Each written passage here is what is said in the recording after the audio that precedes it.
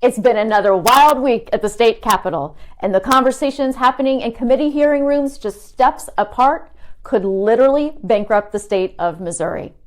Hi all, this is State Representative Stephanie Hein with a quick update for the week in Jefferson City. Here's what you need to know.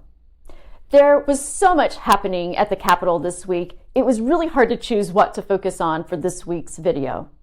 I spent the bulk of my time in budget hearings, and I want to give you a snapshot of two wildly different but certainly connected conversations that were happening at the exact same time.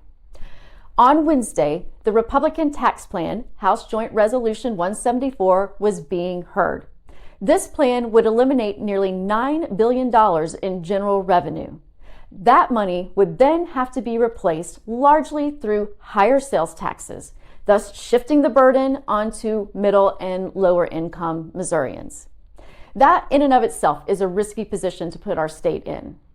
Now here's the juxtaposition.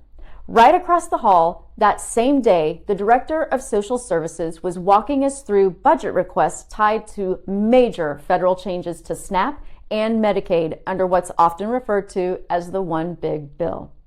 Missouri is being asked to invest over $294 million this year alone in new technology and staffing just to meet new federal reporting requirements.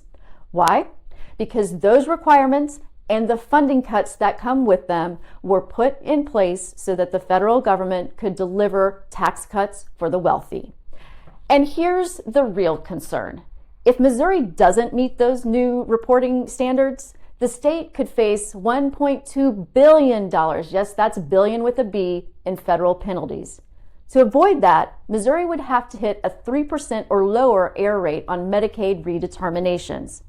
For context, the last comparable data we have from 2019 shows Missouri had a 35% error rate. That's a long way to go from 3%. And here's the kicker that will make it even harder to hit below 3%.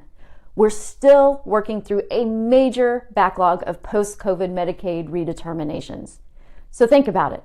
If we blow a $9 billion hole in our budget and risk $1.2 billion in federal penalties, what does that do to Missouri's financial stability? Is that winning? To some extent, you'll get to decide at the ballot box. Thanks for watching. Stay engaged, stay informed, and as always, reach out if you have any questions or concerns. See you soon.